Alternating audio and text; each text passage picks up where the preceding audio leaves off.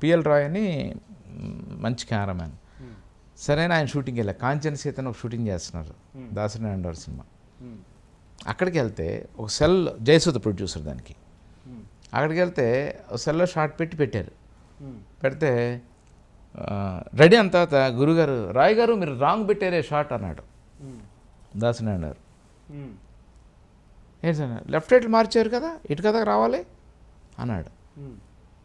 ఓరిని మా గురువుగారు కరెక్ట్ చేసాడు, ఈయన కెమెరామెన్ నేను.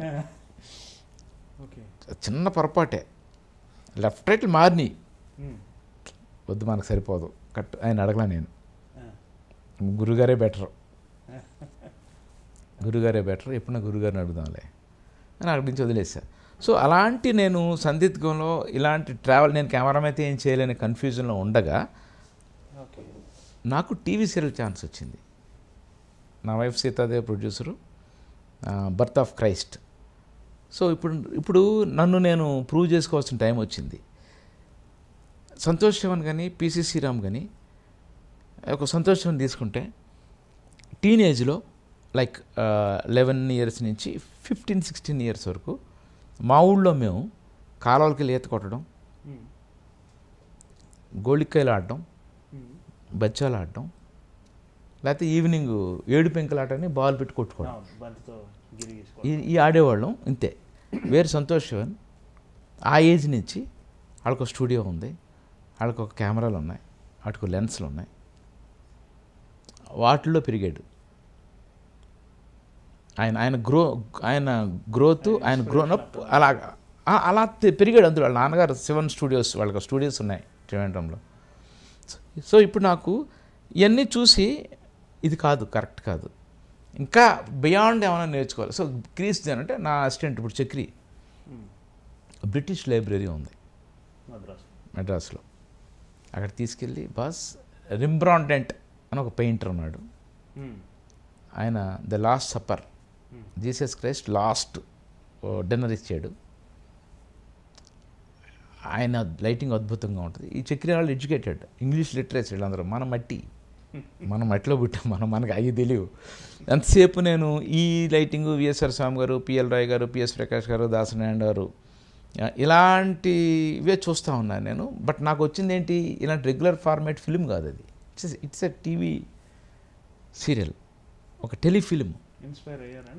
వినండి, నన్ను ఆ లైబ్రరీ తీసుకెళ్ళి ఆ బుక్ తీసి చూపించాడు. పెద్ద బుక్, ఇలా తీస్తే థిక్ పేజ్లో ఆ పెయింటింగ్ ఉంది అలాగే. ఇది గురువు లైటింగ్ అంటే అన్నాడు.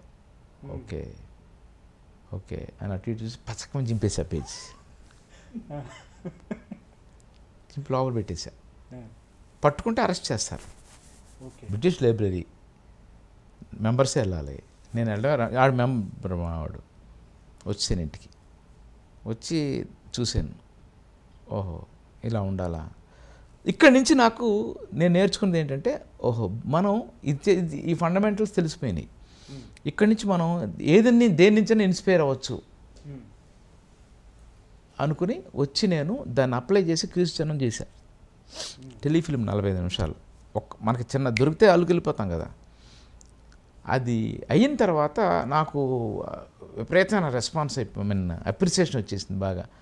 అక్కడి నుంచి నేను ఏది చూసినా సరే, విమానంలో వెళ్తున్నాం, స్వాగత్ అన్న మ్యాగజైన్ ఉంటుంది, తీస్తా, పచ్చక చింపుతా పేజీలు.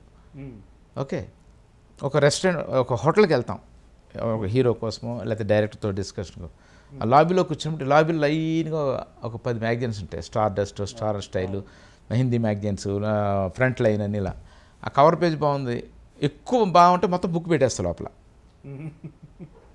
ఎక్కువ మ్యాటర్ ఉంటే.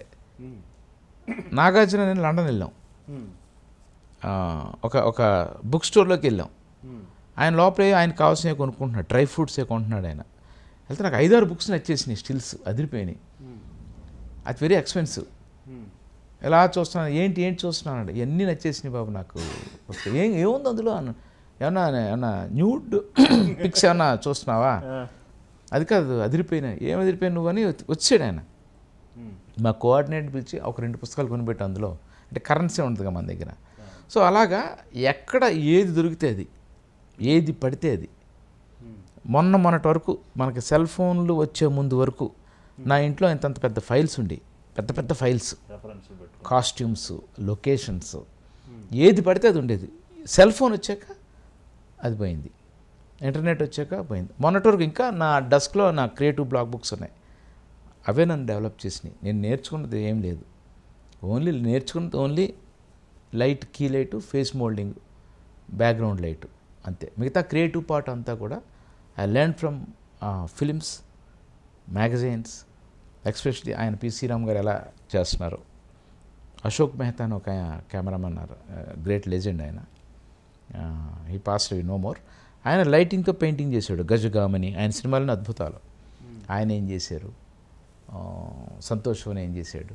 ఇప్పుడు మళ్ళీ కొత్త కెమెరామెన్లు ఎవరెవరు ఏం చేస్తారు. ఒక మూస ధోరణిలో ఒకళ్ళు ఒక లైటింగ్ చేస్తే ఇంకా అలాగే చేద్దాం, అలాగే షార్ట్ డివిజన్ చేద్దాం, ఇలాంటి ఒక ఇది ఉంది కదా. పాత సినిమాల్లోనే అద్భుతమైన ఎక్స్పెరిమెంట్లు చేశారు.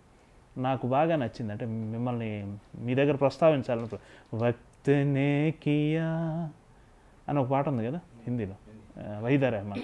ఆవిడ మీద మాత్రమే లైట్ ఉంటుంది, ఫ్లోర్ మొత్తం డార్క్గా ఉంటుంది. ఆవిడ ఎటు ట్రావెల్ అవుతుందో లైట్ అలా ట్రావెల్ అవుతుంది.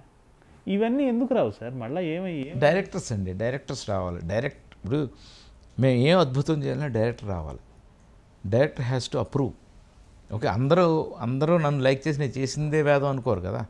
డైరెక్టర్ సీన్ కంటెంట్తోనే రావాలి. దానికి తగ్గ కథ దొరకాలి, కథ కుదరాలి, ఇలాంటివన్నీ చేయొచ్చు. ఇప్పుడు అమరాజీనామా కానీ బాబా సినిమా ఉంది. బాబా సినిమా అప్పటికి వచ్చిన సినిమాలన్నిటికంటే భిన్నమైన లైటింగ్, ఫుల్ హైకీ లైటింగ్, ఎక్కడ షేడ్స్ ఉండకుండా ఫుల్ బ్రైట్గా, అంటే మేబీ ఆ కథకు తగ్గట్టుగానే చేస్తుంటారు. అంత స్థాయి ఎక్స్పెరిమెంట్లు కూడా మళ్ళీ చూడలేదు. అప్పటికి ఆ టైంకి ఆ సినిమాకి అలా.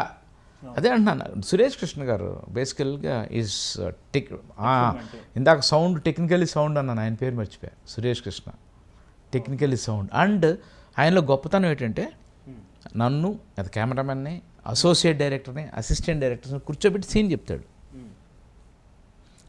చెప్పండి ఓపెనింగ్ షాట్ ఎలా చేద్దాం అంటాడు.